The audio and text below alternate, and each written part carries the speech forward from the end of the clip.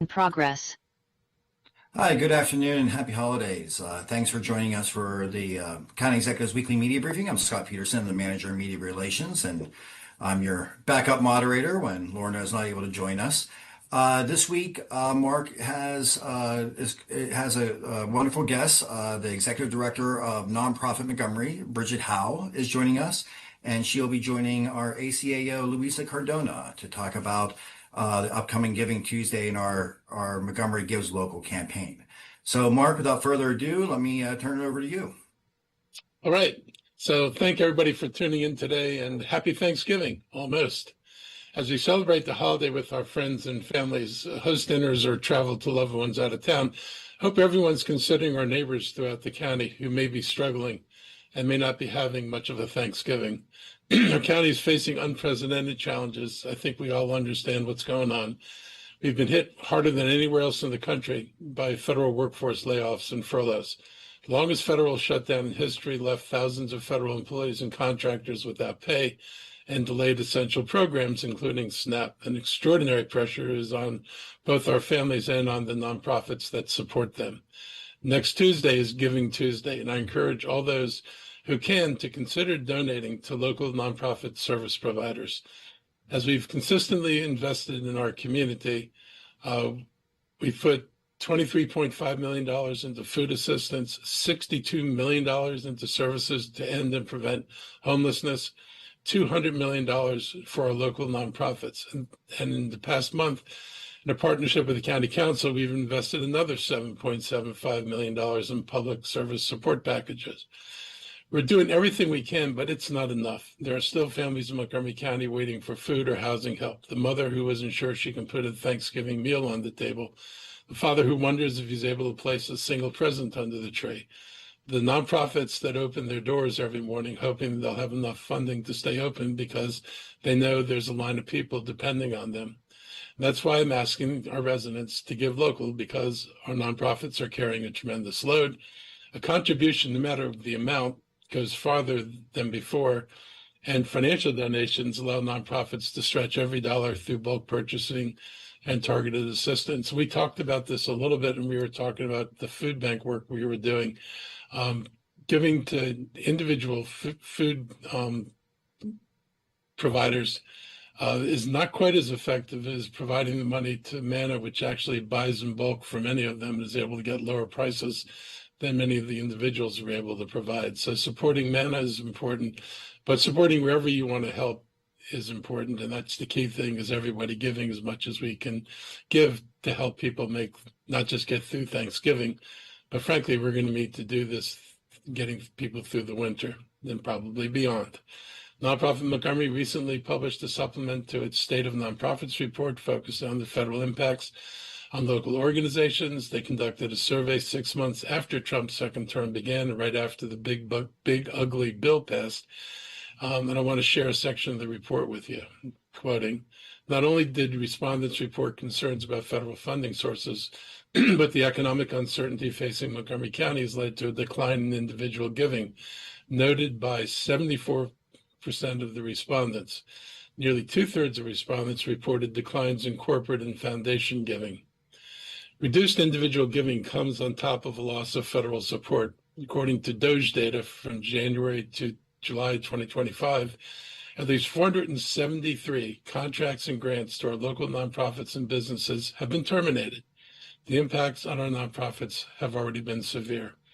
Our community will continue to feel the consequences of federal decisions as we brace for deeper funding cuts and greater barriers to accessing housing, healthcare, and food. And federal actions are creating a situation where demand for help will continue to rise, just as the resources to meet that need are being reduced.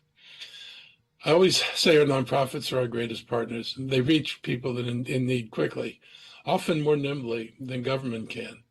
They're our safety net, but they can't do it alone. They need our support, and they need the community to give as well. And nonprofits stretch our dollars farther by providing services for less than the county would be able to do. So many of them rely on volunteers, and that would not be an option for county government. So our partnership with our nonprofits is key to extending the dollars we have and making them provide more value for the dollar. So there is real value in all of you supporting our nonprofits. Every form of giving matters, and if our residents cannot give financially, we ask them to please give generously with your time. We encourage residents to visit Montgomery County Volunteer Center to explore available organizations and opportunities.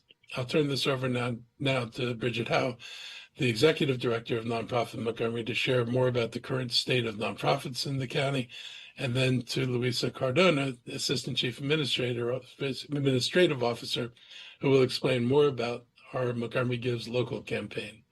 So, Bridget and Luisa, this is your show now. Awesome. Thank you very much. First, hello, everyone. I'm Bridget Howe. I'm the Executive Director of Nonprofit Montgomery, and the County Executive took some of my main talking points, but I'm happy to share them again because they're really important to understand. But first, let me introduce us. Nonprofit Montgomery is an alliance of nonprofits that serve Montgomery County, and our more than 200 members have an impact on tens, if not hundreds of thousands of county residents in need.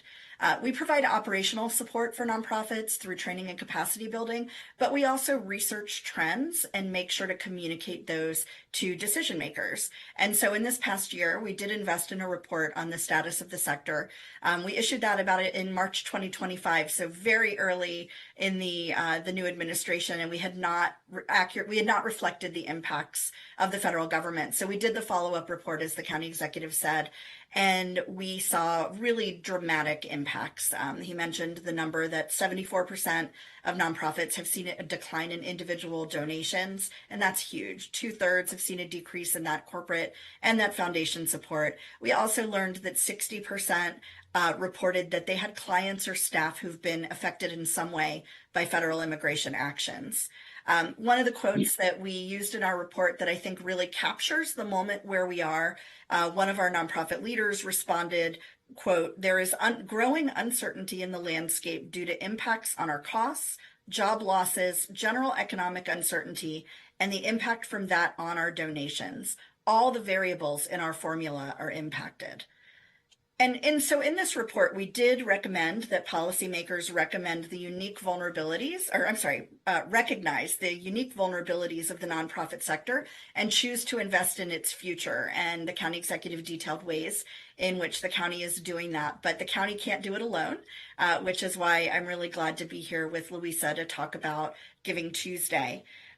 One thing I did want to also mention is that I was meeting with my colleague Tiffany Turner Allen from nonprofit Prince George's. They're seeing very similar trends over there. And she shared a saying with me, which I think is really suitable, which is we respond to now and we reimagine the next. So the work that we're doing now is going to help us figure out the future of the nonprofit sector. And then finally, during Thanksgiving, again, I just want to express our gratitude to the county for the continued partnership and support of the sector, and to the county residents who give their time and their treasure.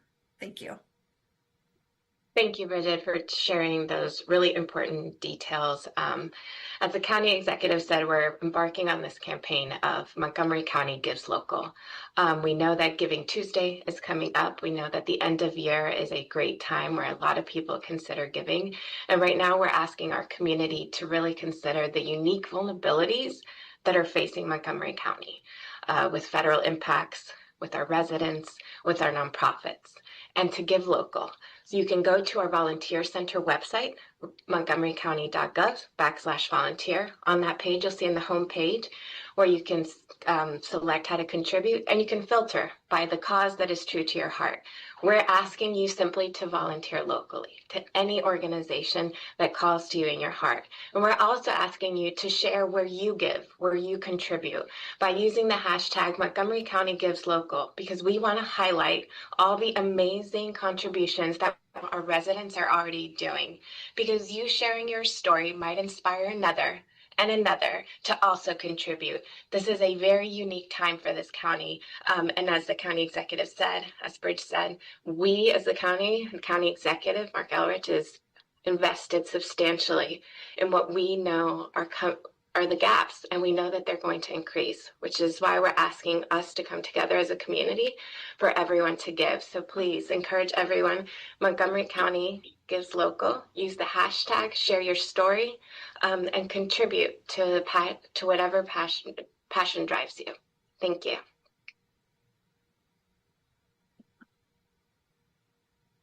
Thanks, Louisa and Bridget. We're going to pause for a moment and get take questions on this issue only before we resume the briefing memo. So we'll take any other questions later in the briefing. But is there any questions from the reporters about the state of our nonprofits and our encouraging of giving this holiday season? Please raise your hand if you have a question, and I will happily. Sorry, Scott, I did forget one thing. I also, if people have questions about where to give, I did want to highlight that Bethesda Magazine has a great 2025 guide to giving that just came out yesterday. If anyone is looking for a little bit more of how and where to give. Oh, that's great. And we'll try to do is put that link in the chat as well for the reporters. There's also links to the Montgomery County Volunteer Center as well as nonprofitmoco.org. All right. Any questions? I do not see. Oh, there we go. Shioli Jacoby, question? Hi, yeah, just a quick clarifying question. Wanted to see, when you say this is a new initiative, are you saying like new this year, or have you done this for past Thanksgiving seasons? So for past Thanksgiving seasons, we have encouraged Amplified Giving Tuesday. This year, we don't anticipate that, as the county executive mentioned, this is going to go on likely much beyond the winter season, the holiday season. So for us, this is going to be likely something that will extend beyond this holiday season. So while we typically do this around Thanksgiving, we know that the needs are probably going to increase. So this will be a longer campaign. Thank you. Thank you, Shioli. Any other questions? And thank you so much for reminding us that, sometimes when we have new reporters, we have to kind of reset the clock for everybody. So thanks, Shioli, for that question. Well, I think if there's no other questions on this issue, please let me or Louisa or Bridget know after the fact if you want to do any follow-ups. We're happy to accommodate, and we do hope everyone reports and encourages Giving Tuesday throughout the holiday season, and as Louisa noted, and beyond. Mark, back to you. All right. So last Friday, I traveled to AstraZeneca's manufacturing facility in Frederick, where I joined AstraZeneca's CEO, Pascal Soriot, and Governor Wes Moore and Frederick County Executive Jessica Fitzwater and Representative April McLean Delaney to announce AstraZeneca's decision to invest $2 billion more here in Maryland. This investment includes the construction of a new state-of-the-art facility in Gaithersburg and a significant expansion of its flagship biologics manufacturing facility in Frederick. As Governor Moore noted in his remarks, this is the largest private sector investment in our state in the last 10 years. The new facility in Gaithersburg, which will be fully operational by 2029, will create 100 new jobs, retain 400 jobs, and support 1,000 construction-related jobs. Both the expanded facility in Frederick and the new facility in Gaithersburg will leverage cutting-edge AI, automation, and data analytics, and be the first and be built to the highest environmental standards. It'll be the first of its kind production facility in the United States. AstraZeneca's decision to expand its presence in Montgomery County is a powerful testament to the strength of our highly educated and diverse workforce and the depth of our innovation ecosystem and the quality of life that continues to attract and retain world-class companies. We're proud that AstraZeneca's North American research and development headquarters is here in Montgomery County, and we support them in continuing to develop more treatments for patients in our community and around the world. Just a few months ago, I had the privilege of touring AstraZeneca's new $300 million cell therapy facility here in Rockville. But I saw there was remarkable cutting-edge advanced manufacturing already at work and scientists developing cell-based therapies that re-engineer a patient's own immune cells to fight disease.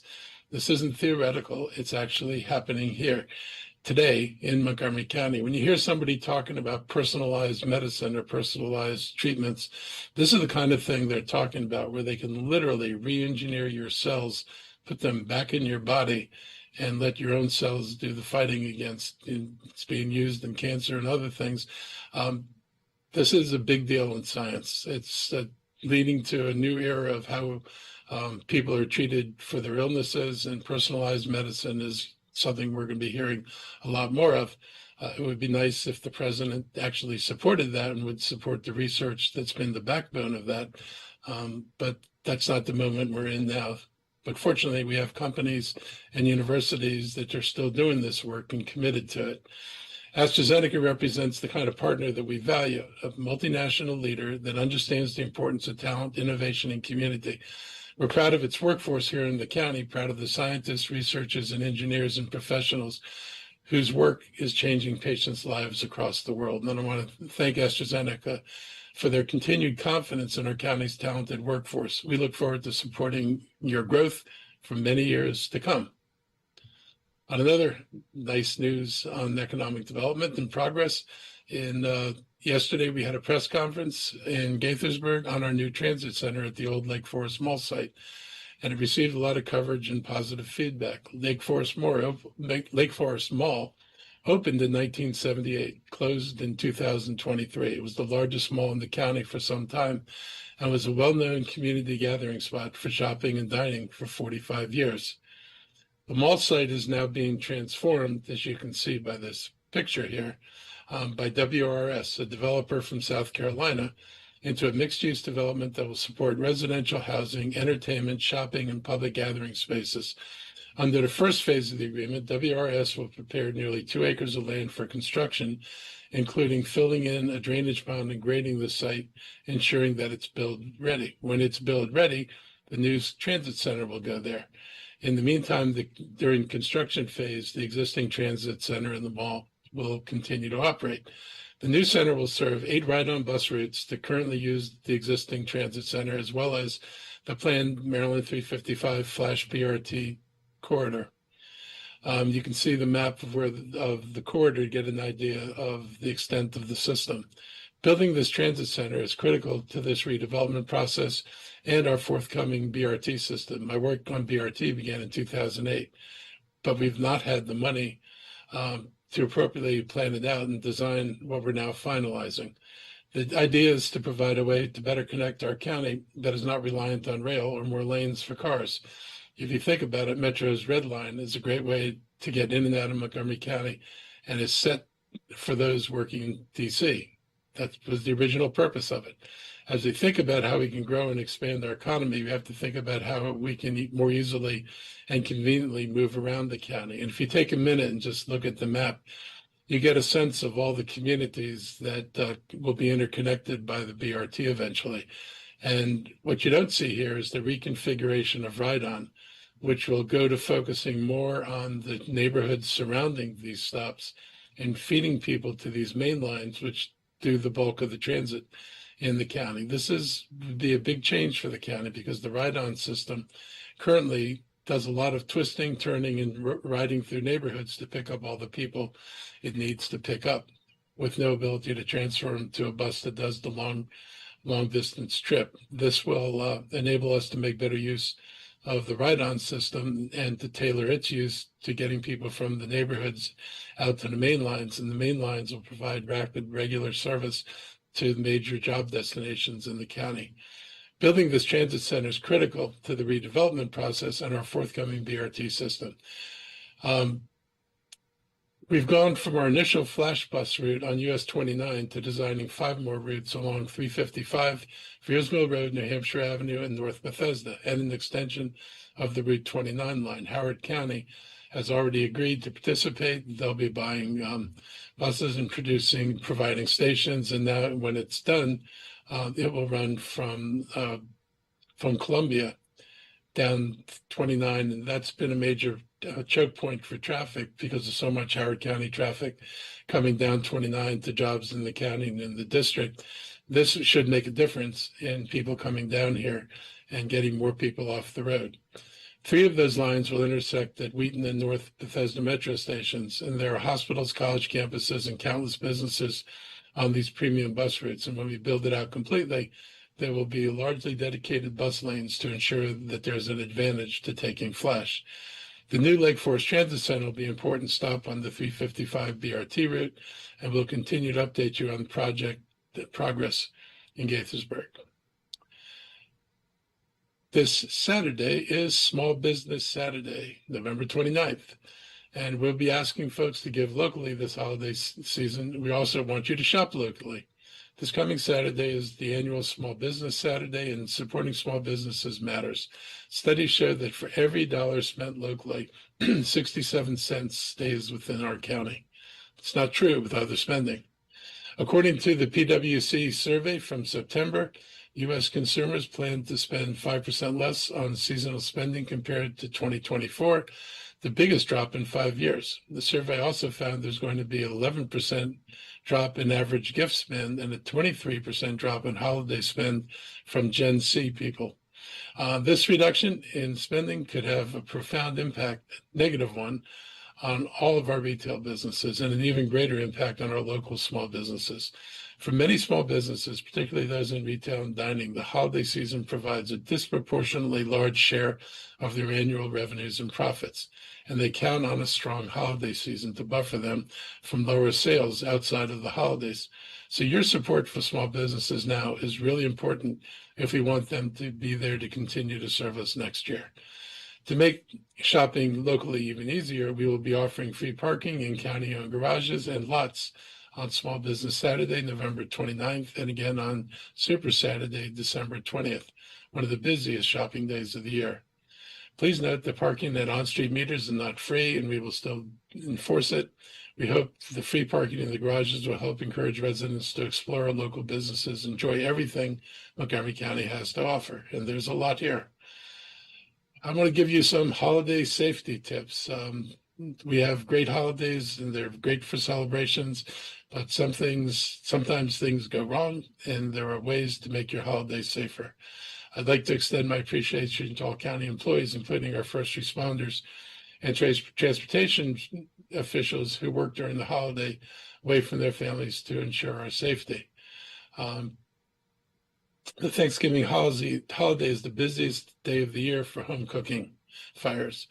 Our fire department is reminding residents that unattended cooking is the leading cause of residential fires, and we're asking residents to please cook their Thanksgiving meal with as few distractions as possible. Please stay in the kitchen when using the stovetop and use a timer.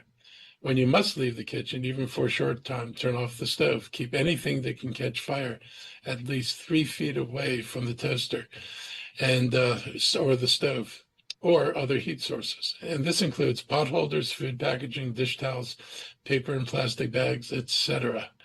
And if you're doing a turkey and you're doing it in the deep fry method this year, please be especially careful. Those can be really dangerous. The fires can be really severe, and the oil can be really harming to you. You know, aside from the fire, getting hit with the splash of hot oil can really do damage to you.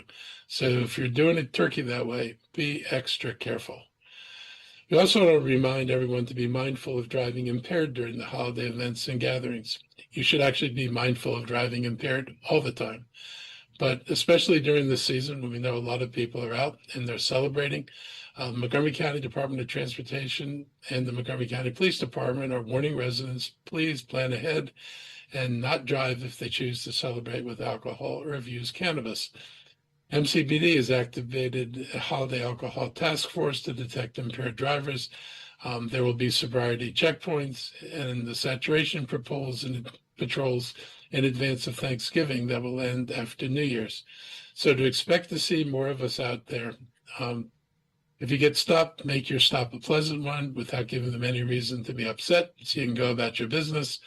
And I'm now going to turn this over to my HHS team for their updates, and then we'll take your questions. Thank you, Mr. County Executive. And in keeping with your holiday messaging and theme, I want to remind folks that we understand that during the holidays, folks may experience stress or heightened stress, anxiety, or even suicidal ideation. But as a reminder, the county has a mechanism and help is within reach. We have our 988 crisis support number, as well as our crisis center, where we have folks available 24 hours a day, 7 days a week. That number is 240-777-4000. If you or someone you know is in need, or a loved one, please share that information with them, because we want to keep all our residents safe during the holidays. That's all I have. Dr. Ashford, I'll turn it over to you now. Thank you, Dr. Bridgers. We hope everyone has a great holiday weekend. That means friends, family, togetherness. And this is your friendly public health reminder that if you are sick, either before or after your festivities, remember to please stay home, rest, and return to normal activities 24 hours after the significant improvement of your symptoms and or the reduction of a fever. So that is it. Thank you. Dr. Thank you very much. Earl, do you have anything to add? Yeah, I just wanted to give some numbers for members of the media from our first week of our holiday task force. It started about a week ago, and during the first week, we actually conducted 127 traffic stops, resulting in 144 citations, 124 warnings, and 22 DUIs just during the first week. So obviously, it's important from a safety perspective that if you're going to drink, please don't drive. Plan ahead, as County Executive noted. We have available Uber and Lyft and other rideshare services that will take you to your destination safely without you risking either getting a citation or even greater risk causing serious harm or a fatality in our community. So please do avail yourselves of those opportunities. Otherwise, the Montgomery County Police Department, the Maryland State Police, and others in that partnership will be out there conducting sobriety checkpoints to make sure that you're driving safely. Thank you, Dr. Stoddard, Dr. Ashford, Dr. Bridgers. All right, we'll now go to general questions or questions about anything that we just shared with. Please, if you have a question as a member of the media, put up your hand and I will call on you. Miriam Shazad, MCM, go ahead. Happy holidays, Miriam. Happy holidays. Thanks. Good afternoon. Mr. Elrich, the school board approved the CIP last week, so wanted to ask if you've started reviewing that and what you think of it, if you have. We've started reviewing it. It's obviously outside the realm of what we've historically had the resources for. I think everybody knows we've been bonding at about $280 million a year. I've asked for the increasing that bonding limit in the past, and we've been $300 million a year was what we were doing in 2009. So their budget request represents years and years and years of deferred maintenance and projects that never got put in for capital improvements.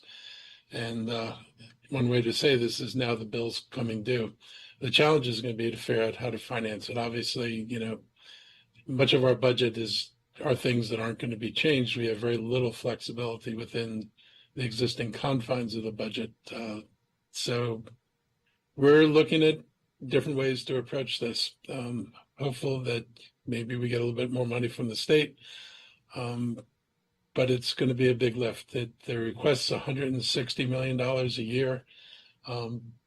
That's it's each year over 6 years, so it's almost $1 billion increase over what we're spending right now over 6 years. We're going to work on it. We're going to try to find a way to fund as much of this as possible.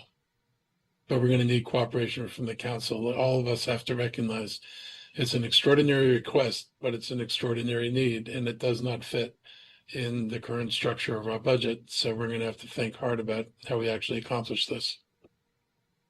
Thank you so much. Bob Barnard, Fox 5. Hey there, Scott. Hi, Mary. Dr. Bridgers, Dr. Stoddard. Happy Thanksgiving to everyone. Mark, question for you. The Maryland Transit Administration is heralding they've gotten their last of their state-of-the-art 28 light rail vehicles in Maryland from Elmira. Project still a little more than 2 years to be completed. Right. It's going to outlast your service, but your reaction to them celebrating something that is still 2 years away. I guess I know they need the vehicles before they actually open the station. So they're going to do about a year I think it's a year of test runs where they have to make sure everything works and the timing and all that. So it's not surprising that they're coming in early. I don't, I want to celebrate when the things finally open. I'm glad they got the vehicles. I'll be a lot happier when the things open. Thank you, Mark. Thanks, Bob. Looking for anyone else's hand? Would anybody else have a question or suggestion?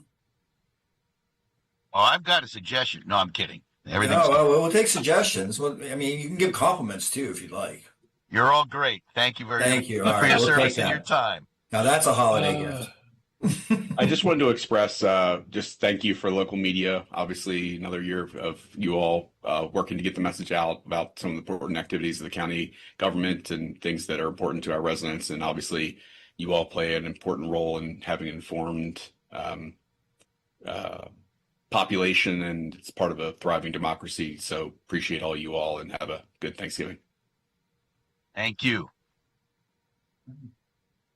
All right, Mark, anything you'd like to share before we depart? You have Thanksgiving recipes, football picks, anything that you share? None of my football teams have any meaningful seasons this year, so we won't talk about football picks. I just hope everybody has a great Thanksgiving. I'm going to get to see 3 of my 4 grandkids, and my son's coming up from Columbia, so it's really nice to have all the family together. And we do combination turkey and vegetarian meals. So it's a divided extended family. And so we have to be sure we have turkey and dressing. We also have to be sure we have gluten-free things like gluten-free stuffing. I want to see that. And main courses for people who do not eat turkey. So there's stuff for everybody, but I know it's always been one of the things I really enjoy, and I know a lot of other people feel the same way. So I hope everybody goes out and has a holiday that they remember and catches up with all the people that matter to them. And we'll see you on the other side of it. All right, thank you everybody for joining us today. Have a happy holiday.